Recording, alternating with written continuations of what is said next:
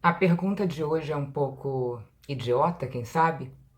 Mas o borderline, ele é forte ou ele é fraco? Diante de tudo que acontece com ele, de tudo que ele fala, que ele reclama, que ele chora, que infelizmente se automutila e de tudo que acontece. Essa pergunta eu resolvi fazer porque eu conheço o sentimento borderline. O sentimento que faz a gente se sentir a pior pessoa do mundo. A bolacha do pacote que está estraçalhada, amassada e ninguém quer. O sentimento que faz a gente não acreditar mais que um dia a vida vai ser feliz. Então, por isso que, apesar de parecer óbvio que quem luta contra uma doença psiquiátrica, seja ela qual for, é uma pessoa forte, pode ser que para os borders isso não seja tão claro. Então, se você quiser ouvir o que eu penso a respeito, é só ficar nesse vídeo. Meu nome é Débora Gomes, diagnosticada com TPB em setembro de 2013, lutando desde a vida inteira. Não se esquece de me seguir no Instagram, eu não sou TPB, se inscrever no canal, apertar o sininho, dar o seu like, fazer aquele monte de algoritmo para o nosso vídeo aparecer por aí. Ok. A luta do borderline não começa no dia que ele sai do consultório com seu diagnóstico F60.3. A luta do borderline começa seja lá quando que a sua personalidade ficou formada de forma equivocada, doente, triste, amassada. Existem variáveis genética e do ambiente. E não existe uma comprovação de quanto que cada uma influencia. Mas eu, na minha singela opinião, sem comprovação científica, acho que sem a variável do ambiente, o borderline ele não tem da onde aprender a doença, da onde aprender a forma complicada, difícil, pesarosa, dolorosa e muitas vezes até cruel de se viver, quando o mundo é apresentado para ele de forma cruel.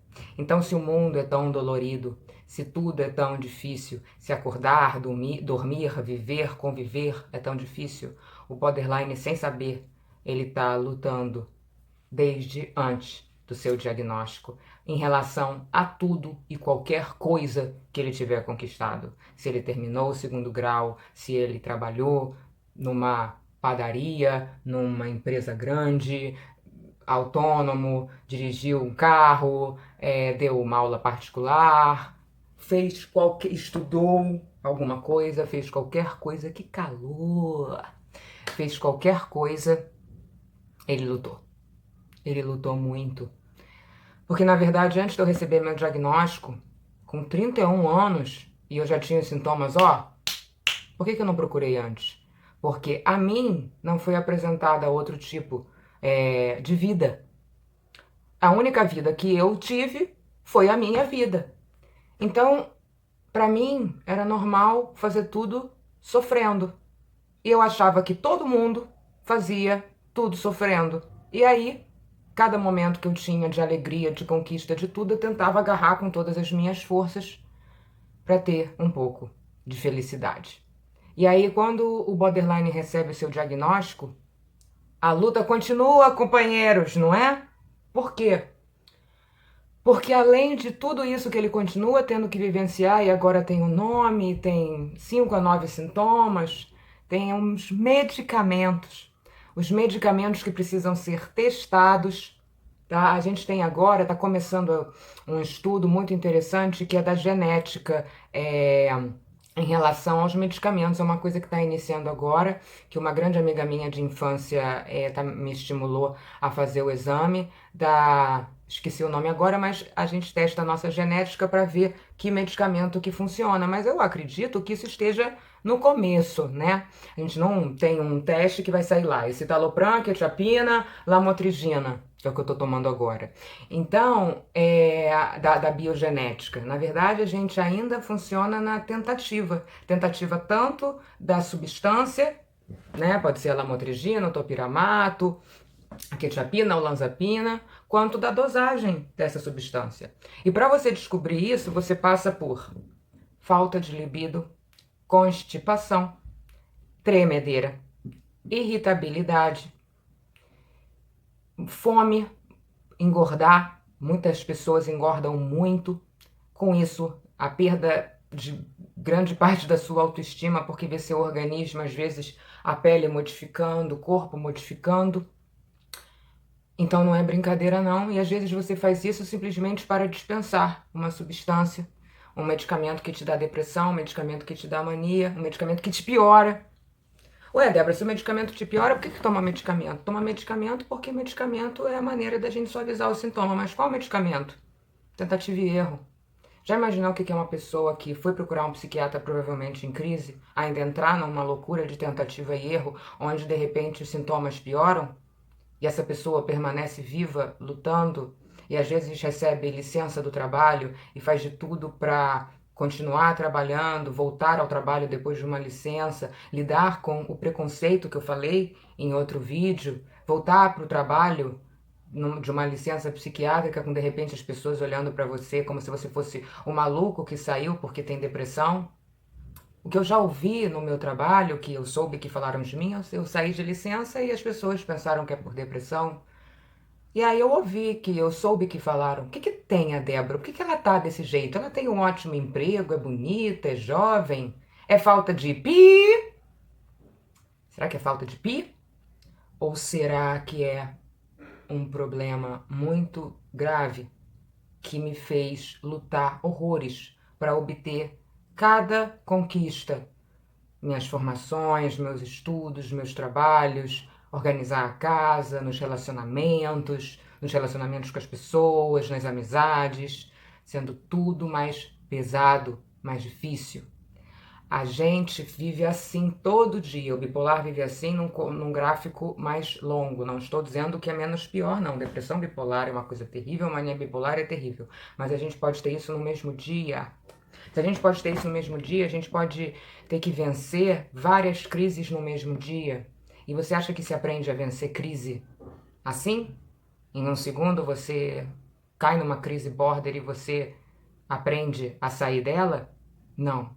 Quando você passa a sair das crises borderline com mais facilidade, porque você aprendeu que aquilo é uma crise que a sua mente está sentindo exageradamente, por isso não vale a pena permanecer naquele estado, a gente pode fazer uma comparação. Quando você vai a um médico que custa R$ 300, ele te examina, aí fala, você toma isso, em 5 dias você fica bom. Aí você olha pro médico, aquela piada, né? E fala, mas doutor, eu vou pagar R$ 300 para você trabalhar 10 minutos? Não, você está pagando R$ 300 por tudo que eu estudei.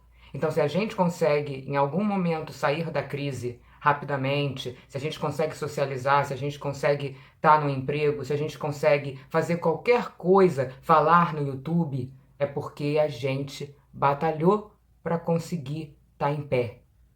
E de alguma forma, cada pessoa, vou botar aqui no final o meu vídeo que eu gosto muito do tema, que é o que é melhorar do transtorno borderline, vou colocar aqui que não importa onde você está e o que você melhorou.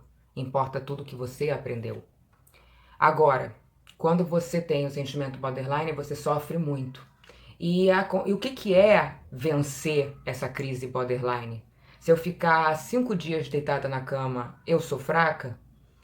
Não, não necessariamente. Aliás, fraca eu acho que ninguém que está vivo e tem borderline, nem quem se matou e viveu tempos com borderline. Mas eu acho muito importante os pacientes borderline pararem para pensar. Infelizmente é o que tem para janta, uma doença sem cura do cluster B. Uma coisa é você ficar 5 dias na cama, de repente você sente uma leve melhora do seu humor, ou então um estímulo externo interessante, como uma amizade, alguma coisa assim, te dá alguma esperança, você agarra aquilo ali e você sai da crise. Quando eu consigo sair da crise, nossa, eu vou no shopping resolver um negócio, eu faço comida, porque eu já cansei de só comer açaí o dia inteiro. Eu já cansei de parar o Netflix para cair de chorar porque parecia que as paredes estavam me engolindo.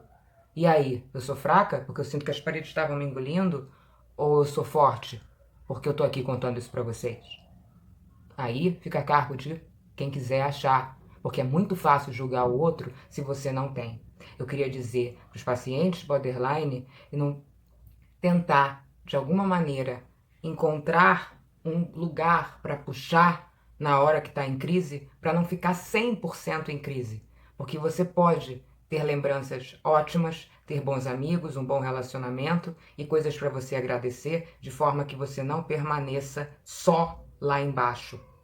Fique assim, e esse movimento de subir, você com a prática, você aprenda o que vale. Eu tenho pensado muito nisso ultimamente. Quando eu caio na porrada com alguém, outro dia eu taquei o meu tablet no chão e tá cheio aqui todo arranhado. Eu fui deitar na cama, fechei o olho e passou meia hora e eu falei, já tá quebrado mesmo.